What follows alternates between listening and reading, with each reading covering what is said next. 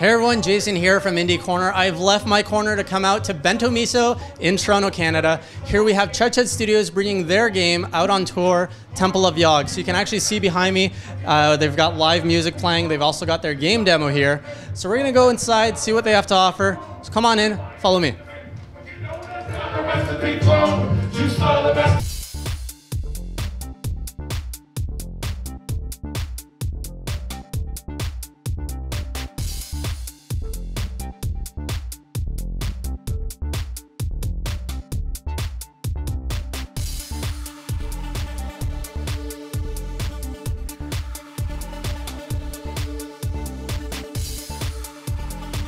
All right, so how about you guys tell me, starting off, what do we have here? I mean, you guys have been traveling through North America, and we're losing the poster in the back. Oh, that's okay. And you're basically demoing your game, Temple of Yog.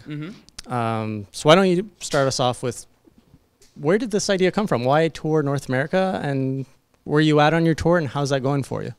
So the idea came from really a couple different places. A lot of us who are collaborating on this come from like a DIY background, where we book our own events and shows and tours and music stuff and art stuff and some zine work in there too.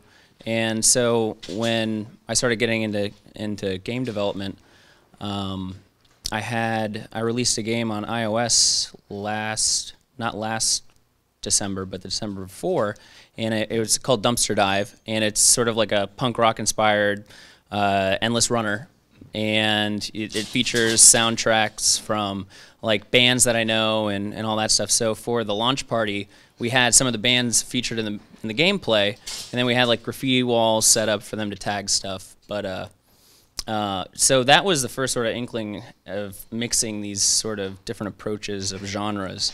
And so when we were talking about doing Temple of Yog tour, I started looking at the numbers for going to like PAX or any of those big sort of conferences and conventions, and you know, really this is actually cheaper than getting a booth at some of those spots. Yeah, I mean, it roughly, like going to PAX, like having your own booth space, you know, hauling all your stuff up there, flight, stay, the whole thing can run anywhere between like $3,000 and $5,000. And so our budget for this is a little over $3,000. And we get to go all over the place. So where are you guys based out of?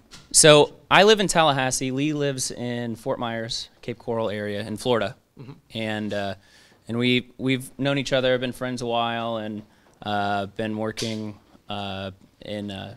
professionally together for a long time too. So okay, so like your day jobs stuff. Yeah. So you're saying you're getting a lot more visibility, basically with the same budget than going to PAX. How many cities have you hit up with your tour? So far we've gone to, we did a kickoff in Tallahassee. We went to Baby Castles in New York. We had a retail space showing in Buffalo. Shout out to Oogie Games for hosting us and the Buffalo Game Space. Yeah, it was a last minute thing. We had some time between New York and here at Bento Miso here in Toronto. After this, we're going to Chicago and then Bloomington, Indiana, and then we're heading home. Great. So that's quite a few cities. Yeah. Yeah, it's a lot. So as far as the visibility thing, it's kind of tough, you know, one way or the other to really tell. But more than that, we're having fun doing it. So it's just an excuse for us to hang out and have wacky adventures. And like, we were supposed to have a show in Baltimore, but it froze. And so the game space that we were going to set up in EMP Collective, for safety purpose, they shut the event down, which is totally cool, understandable. It was insane out there. But it actually gave us a night to sit all in the hotel room, because that was actually the first time that myself, Lee, and Peter Monalou, Dr. Zylog, who does the soundtrack, were actually all in the same place at once, talking and working on this game. So we actually ended up throwing in a lot more stuff, and had Louis, who's a Buster Wolf, come and do some voiceover stuff for it too. So there's like people shouting like, you know, pitiful. So we had Louis, just like last minute, he took a shower, and during that conversation, like during that shower, we just had this conversation. He comes out, and I don't know, we just like say flawless victory, and he did it, and we're like, all right, you got to toss it in. We got to get that in there. But yeah, that's really the magic of like the tours, that even when seemingly bad things happen, like your show getting canceled, it gives you an opportunity, you know, to create some magic, you know, like something that like we didn't plan on doing. It just so happened that like we had like sometimes like, all right, well, we got 3 hours. Let's like beef up the graphics a little bit tonight, like do something a little different there, add some voiceover, and really like dig deep into like the like instant collaboration that you get with being in the same place, even though we all live in different cities. And yeah, it's kind of hard to get that, you know, remotely sometimes. And so just something about being in that moment that really sort of captures that. And I feel like if we were at a conference or a convention, we would have just been exhausted afterwards. Yeah. Right. For sure, yeah. Yeah. So how did you guys come to meet? I mean, if you're all in separate cities, did you guys know each other from before? Or? Yeah, well, so I've been working on Temple of Yog since last spring. I started working on some prototypes, bought a great sprite pack from Oryx Labs, and started working on the gameplay there. And then actually, I got married to my wonderful wife, Amanda. Congratulations. Thanks. I got married last summer, June 21st. And Lee came to my wedding, and during the process of just hanging out at the reception and stuff, I was like, Lee, I need you. I need you to do graphics for this and do art. And originally it was just to have him come up and sort of beef up some of the sprite pack stuff. But I mean, the stuff that he was coming up with, we just needed, he just like turned on, he's like, I need to do all of it. And your background, Lee, you were telling me earlier, you're coming from a comic background, that's right? Yeah. I'm really inspired by this artist, Barry McGee, and I saw an interview with him once that he said like he wanted to be like an art jock, like he wanted to be good at every type of art. And that really like inspired me. So I hop around a lot, but I definitely like come from a comics background, and worked with my buddy Justin Peterson to do some stuff for Very Near Mint. So I beefed up my illustration skills a lot, like doing comic stuff, and kind of got interested in animation, like on the side. And then when Cody asked me at the wedding, like I know, like because like we've worked together on various projects, like I really trust Cody. I trust his mind. Like I know that like we have a good thing going. So I didn't even think about it for a second. I was like, yes, let's do this. I want in. So to you, do you find like doing art for games, is it really different for you? What was your experience crossing over from more comic style art to game art?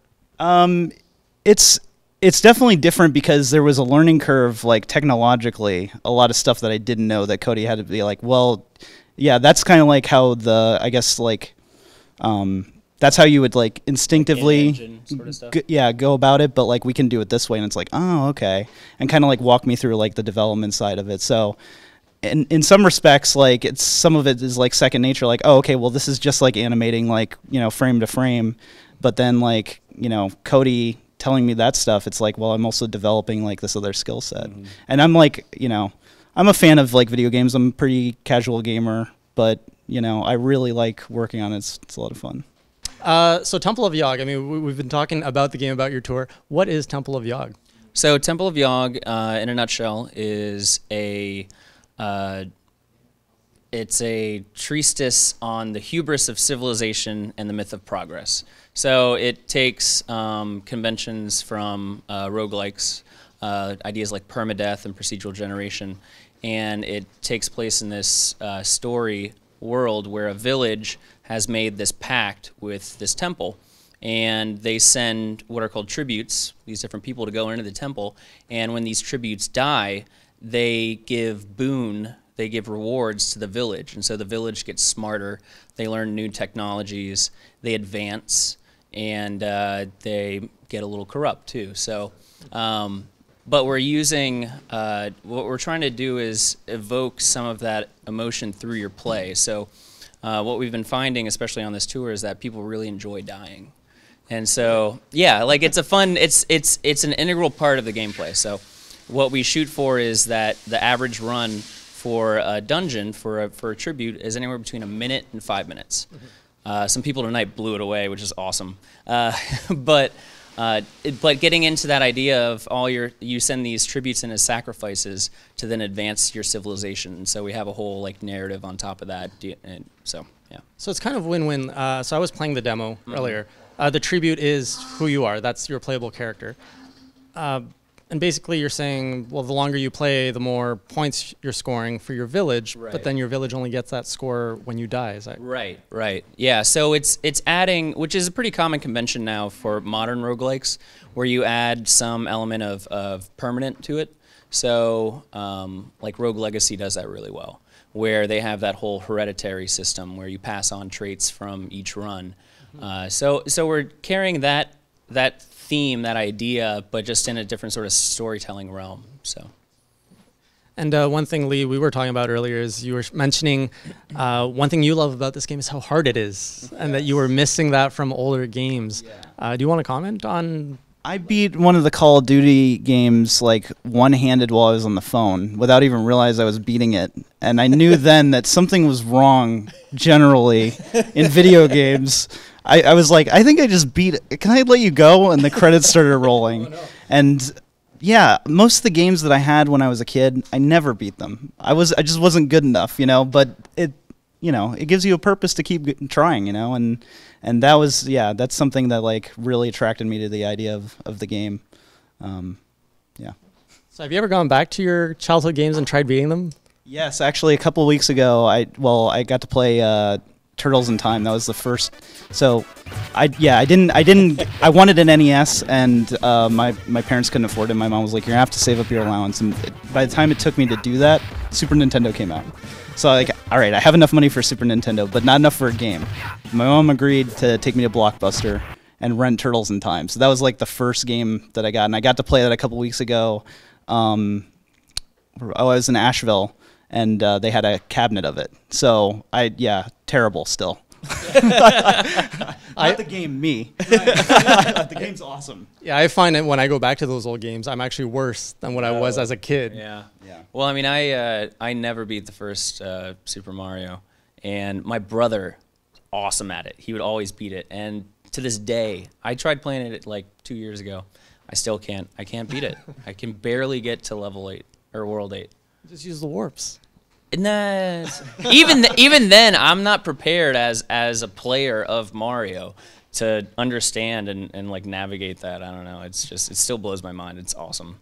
Right. So back to Temple of Yog. Do you guys know when you're going to see a release of the? Yeah. So what we're shooting for is the demo that we had tonight. We're going to release it as an eShop demo late April. That's what we're shooting for. So like an arcade style version, just to get people familiar with the mechanics and everything.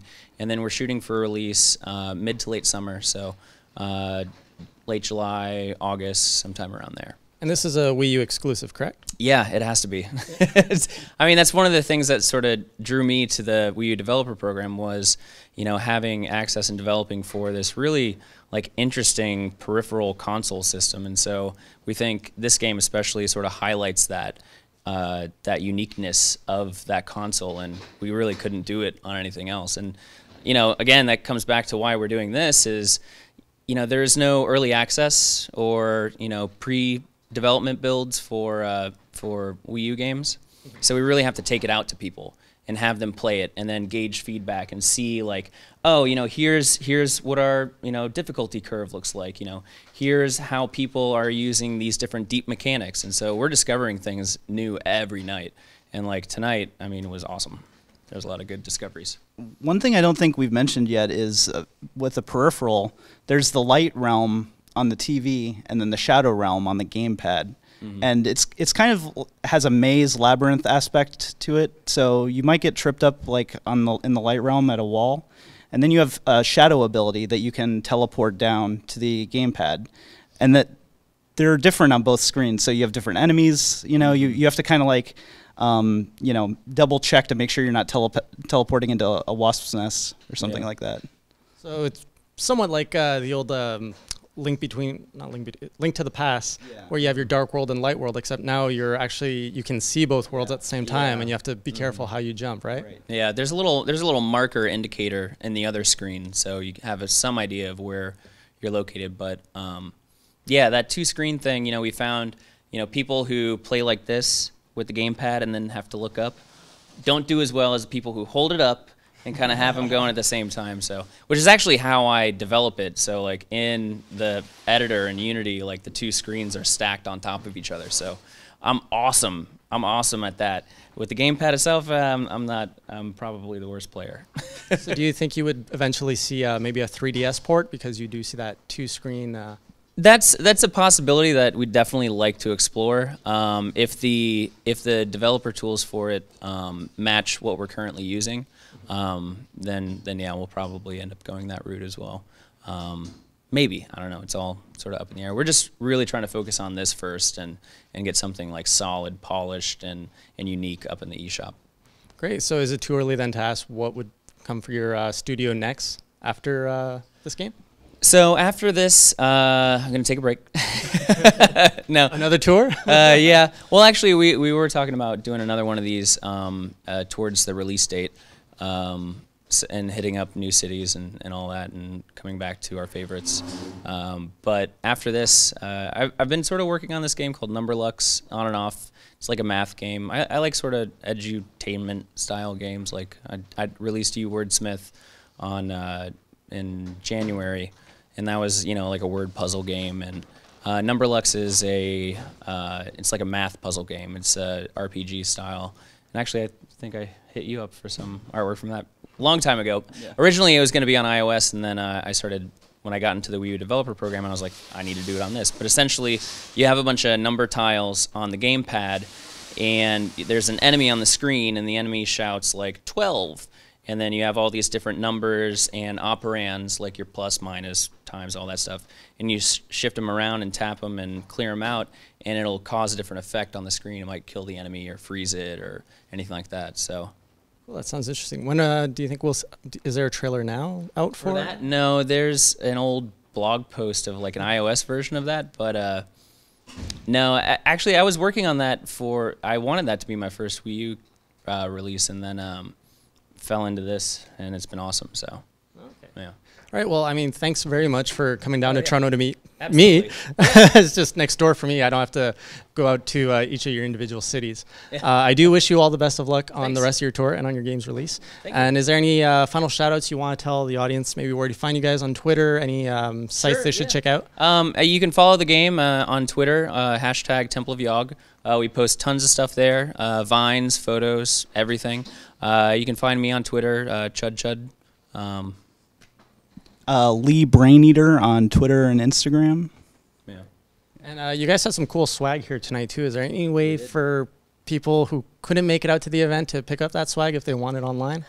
That's tricky. Maybe eventually, but for the most part, you know, they're just promotional materials. But we might do some giveaways through Twitter or something later, closer to launch. And we'll have some merch up on adventuringcompany.com. Oh, right. Oh, great. Yeah. Yeah, I forgot. Lee's the person to ask about that, not me. All right, great. So do check out some cool swag there. Next week. All right. So it should be up by the time this video is up then. And I'll put a link somewhere in the description or something like that. Well, thanks, Jason. All right. Well, thanks a lot, guys. Yeah. It was great meeting you. You guys are Thank you so much. great guys. Appreciate it. And wish you all the best. Thanks.